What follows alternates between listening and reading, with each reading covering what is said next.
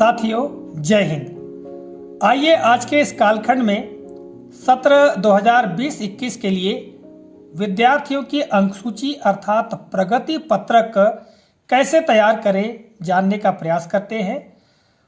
राज्य शिक्षा केंद्र के जिस प्रकार के दिशा निर्देश हैं, उन दिशा निर्देशों के आधार पर इस कालखंड में मैं बताने का प्रयास करूंगा कि हमें किस प्रकार से विद्यार्थियों की अंकसूची तैयार करना चाहिए। चलिए, सबसे पहले हम राज्य शिक्षा केंद्र के दिशा निर्देश के उन बिंदुओं पर एक नज़र डाल लेते हैं जिसमें बताया गया है कि किस तरह से हमको बच्चों का परीक्षा परिणाम तैयार करते हुए उनका प्रगति पत्रक तैयार कर कक्षोन्नति प्रदान करना है। जैसा कि आप देख पा रहे हैं, यह राज्य शिक्षा केंद्र का दिशा निर्देश जो कि 18 दिसंबर 2020 का है। ठीक है, और इस दिशा निर्देश में आप देखेंगे बिंदु क्रमांक 6 और बिंदु क्रमांक 9, इसमें महत्वपूर्ण जानकारी प्रदान की गई है। जैसा कि आप यहाँ पर देख पा रहे हैं, परीक्षा फल का निर्धारण, कक्षोन्नति व प्रगति पत्रक में ग्रेड भरना। ठीक है, एक दृष्टि में हम इन्हें पढ़ लेते हैं। परीक्षा फल का निर्धारण अर्धवार्षिक मूल्यांकन व वार्षिक मूल्यांकन के अध्ययनरत विषयों में प्राप्तांकों के आधार पर किया जाएगा। यह स्पष्ट कर दिया गया है। परीक्षा फल का निर्धारण अर्धवार्षिक मूल्यांकन अर्थात जो प्रतिभा पर्व हुआ था जनवरी माह में, ठीक है, वो, और वार्षिक मूल्यांकन अर्थात फरवरी माह में जो मूल्यांकन वर्कशीट है हमने बच्चों को दिया है, और मार्च माह में जो वर्कशीट के आधार पर मूल्यांकन होगा के अध्ययनरत जो विषय हैं, जैसा कि प्राथमिक की हम बात करें तो कक्षा 1, 2, 3 के लिए हिंदी, अंग्रेजी और गणित, और कक्षा 3 से 5 के लिए हिंदी, अंग्रेजी, गणित और पर्यावरण 4 विषय हैं, और कक्षा 6 से 8 के लिए हिंदी, अंग्रेजी, संस्कृत, ठीक है, गणित, विज्ञान और सामाजिक विज्ञान। तो इस तरह 6 विषय होंगे। तो उन विषयों में जो प्रतिभा पर्व का मूल्यांकन हुआ है, इसके पश्चात अभी फरवरी माह में वर्कशीट के आधार पर मूल्यांकन हुआ है और मार्च माह में होने वाला है। तो इसके आधार पर हम बच्चों का परीक्षाफल तैयार करेंगे, जैसा कि यहाँ पर बताया गया है। आगे कहा गया है, प्रगति पत्रक में अर्धवार्षिक व वार्षिक परीक्षा के प्राप्तांकों के आधार पर ग्रेड तथा हमारा घर हमारा विद्यालय अंतर्गत सीखने सिखाने की प्रक्रिया के दौरान बच्चों से निरंतर शिक्षकों द्वारा संपर्क किया गया है। इसके दौरान बच्चे के कार्य व्यवहार के आधार पर सह शैक्षिक व व्यक्तिगत सामाजिक गुणों पर शिक्षक द्वारा रिजल्ट शीट व प्रगति पत्रक में सीधे ग्रेड प्रदान किए जाएं। साथियों, जैसा कि यह स्पष्ट कर दिया गया है, हमारा घर हमारा विद्यालय कार्यक्रम के दरमियान हम सभी शिक्षक साथी विद्यार्थियों के संपर्क में रहे हैं और हम बखूबी विद्यार्थियों के कार्य व्यवहार से परिचित हैं। तो उसके आधार पर बच्चों को, जैसा कि यहाँ कहा गया है, सह शैक्षिक व व्यक्तिगत सामाजिक गुणों से संबंधित हमको बच्चों को ग्रेड प्रदान करना है। ठीक है, तो यहाँ पर बिंदु क्रमांक 6 में ये बात कही गई है। अब इस तरह से बिंदु क्रमांक 9 में भी आप देख लेंगे कि क्या कहा गया है। आप देख पा रहे हैं बिंदु क्रमांक 9 में कक्षोन्नति व प्रगति पत्रक का वितरण। शाला में कक्षावार दर्ज समस्त बच्चों को उपर्युक्त अनुसार मूल्यांकन प्रक्रियाओं के आधार पर वर्कशीट आधारित मूल्यांकन में प्राप्त विषयवार अर्धवार्षिक व वार्षिक मूल्यांकन के प्राप्तांकों को जोड़कर वार्षिक परिणाम घोषित किया जाए और बच्चों को कक्षोन्नति दी जाए। प्रगति पत्रक में ग्रेड अंकित किए जाकर 31 मार्च 2021 तक परिणाम की घोषणा कर समस्त बच्चों को प्रगति पत्रक अनिवार्यता वितरण किया जाए। स्पष्ट कर दिया गया है, सालावार बच्चों की दर्ज संख्या के अनुसार जो मूल्यांकन प्रक्रिया है उसके आधार पर जो वर्कशीट जो आधारित मूल्यांकन हो रहा है उसके आधार पर प्राप्त विषयवार अर्धवार्षिक अर्थात जो प्रतिभा पर्व के जो अंक है, प्राप्तांक है विद्यार्थियों के, और वार्षिक मूल्यांकन के प्राप्तांक, इन सभी को जोड़ करके अर्थात जनवरी माह में प्रतिभा पर्व हुआ था, फरवरी माह और मार्च माह में जो 50-50 अंक का मूल्यांकन हुआ है और 20 अंक का मूल्यांकन हुआ है प्रतिभा पर्व का, सभी को जोड़ करके हमको परीक्षा परिणाम तैयार कर बच्चों को कक्षोन्नति देना है। ठीक है, और पूर्व में जैसा कि बताया गया है कि हमारा घर हमारा विद्यालय के आधार पर हमको सह शैक्षिक और व्यक्तिगत सामाजिक गुणों का ग्रेड भी प्रदान करना है।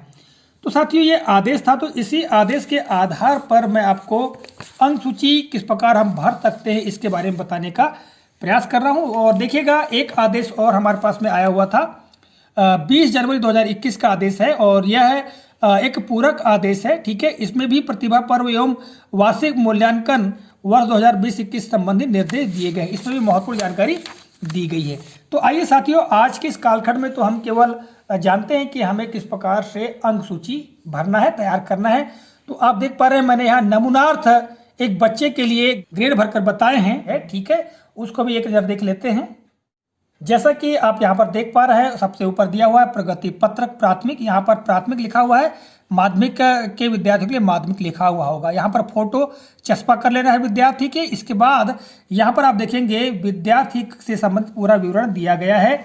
यहाँ शाला का नाम, जैसा कि मैंने लिखा हुआ है शाला शासकीय प्राथमिक शाला, यहाँ पर शाला का नाम डाल लेंगे। ठीक है, विकासखंड और जिला, फिर सरल क्रमांक, अनुक्रमांक यानी रोल नंबर, कक्षा, वर्ग, प्रवेश पंजी का क्रमांक। ठीक है, और यहाँ मतलब दाखिल खारिज हो जाएगा। यहाँ विद्यार्थी का नाम मैंने यहाँ पर भी फिलहाल XYZ लिख के रखा है। एक नमूनार्थ यह एक अंक सूची आपको बता रहा हूँ कि किस प्रकार हमको भरना चाहिए।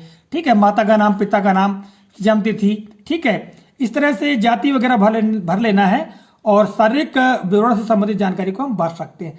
साथियों, जैसा कि मैंने आपको बताया कि ये जो अंक सूची है ये अलग अलग हो सकती है, इसका प्रारूप अलग अलग हो सकता है। ठीक है, तो देखिएगा ये ऊपर विवरण भरने के पश्चात पीछे हम बच्चों का ग्रेड कैसे भरेंगे उसके बारे में जानते हैं।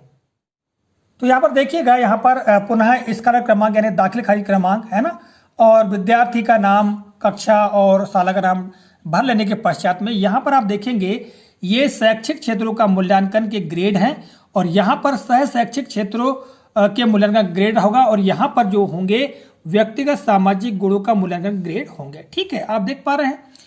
अब देखिएगा यहाँ पर आपको जैसा ज्ञात है इस वर्ष विद्यालय हमारे बंद रहे हैं कोरोना संक्रमण की वजह से, तो हमने विद्यार्थियों का जो मासिक मूल्यांकन है वो नहीं लिया गया है और दिशा निर्देश में बताया गया है कि हमें केवल जो परीक्षा परिणाम है वो प्रतिभा पर्व अर्थात अर्धवार्षिक और वार्षिक का जो परीक्षा परिणाम है उसके आधार पर ही हमको जो रिजल्ट है वो तैयार करना है।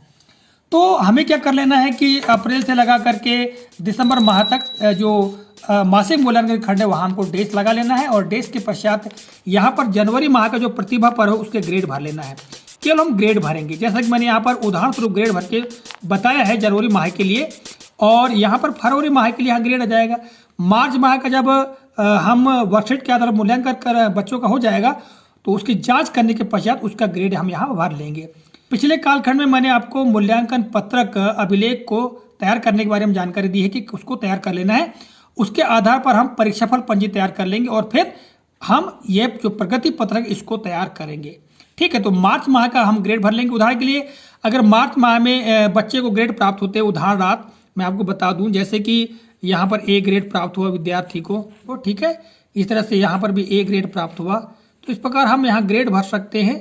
ठीक है, और फिर इन सबको जोड़ने के पश्चात जब हम अंक जोड़ लेंगे तो उसमें जितने प्राप्तांक बच्चे को मिलेंगे उसके आधार पर वार्षिक परीक्षा परिणाम का ग्रेड हम यहाँ पर भर सकते हैं। जैसे यहाँ पर तीनों में A है तो निश्चित तौर से यहाँ पर भी A ही होगा। यहाँ A दो जगह है और यहाँ पर भी, तो यहाँ पर भी A, तो लगभग इस विद्यार्थी को A ग्रेड प्राप्त होगा। इस प्रकार हम ग्रेड भर लेंगे। ठीक है, और यहाँ पर आप देख पा रहे हैं फिर सह शैक्षिक क्षेत्रों के मूल्यांकन का ग्रेड। तो साथियों, इसमें जैसा कि विगत वर्षों से हम भरते आ रहे हैं, पूरे 9 माहों के लिए हम विद्यार्थी को सह शैक्षिक और व्यक्तिगत सामाजिक गुणों का मूल्यांकन के लिए अंक दे करके उनको ग्रेड देते आए हैं।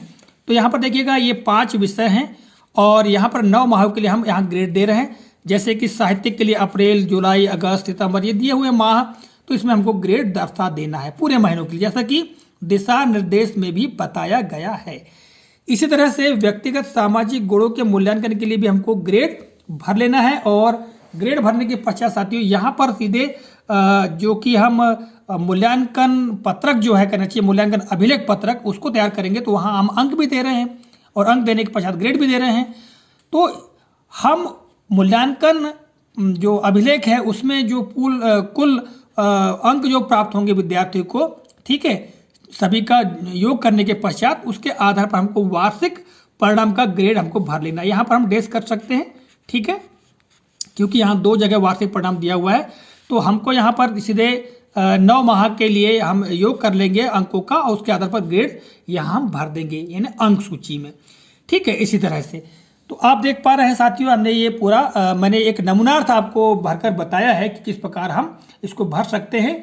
और सबसे नीचे हम देखेंगे तो यहाँ पर कुल शिक्षण दिवस, तो साथियों आपको ज्ञात है इस वर्ष तो विद्यालय हमारे बंद रहे हैं, तो हम यहाँ पर सीधे डैश कर लेंगे, ठीक है। और यहाँ पर जो विद्यार्थी की उपस्थिति है इसमें भी हम डैश कर देंगे। और यहाँ पर आप देखेंगे कक्षा हस्ताक्षर कक्षा अध्यापक, तो यहाँ पर कक्षा अध्यापक हस्ताक्षर कर देंगे और यहाँ नीचे अभिभावक के हस्ताक्षर हो जाएंगे। इसके पश्चात नीचे आप देखेंगे तो शिक्षक का अभिमत, यानी हमारा अभिमत क्या है उसको अंकित कर देंगे। बच्चा उत्कृष्ट है, सामान्य है, सुधार योग्य है, या जो भी आपका अभिमत हो सकता है उसको आप यहाँ पर भर सकते हैं। फिर वार्षिक परिणाम ग्रेड। अब साथियों यहाँ पर जो ग्रेड है, कहना चाहिए जो बच्चे को वार्षिक में ग्रेड प्राप्त हुआ है उस ग्रेड और यहाँ पर जो शैक्षिक और शैक्षिक इन तीनों को जोड़ करके जो ग्रेड विद्यार्थी को प्राप्त होगा उसको हम यहाँ पर दर्शा देंगे, वार्षिक परिणाम ग्रेड, ठीक है। और यहाँ पर उक्त विद्यार्थी को कक्षा 6, यदि 5 का विद्यार्थी है तो 6 में कक्षोन्नति दी जाती है, लिखेंगे। और यदि कक्षा 4 का है तो कक्षा 5 में कक्षोन्नति दी जाती है, यहाँ पर लिखेंगे, ठीक है। तो इस तरह से हम अंकसूची तैयार कर लेंगे और यहाँ पर कक्षा शिक्षक के हस्ताक्षर हो जाएंगे और यहाँ पर प्रधान पाठक के हस्ताक्षर और पदमुद्रा यानी सील लग जाएगी।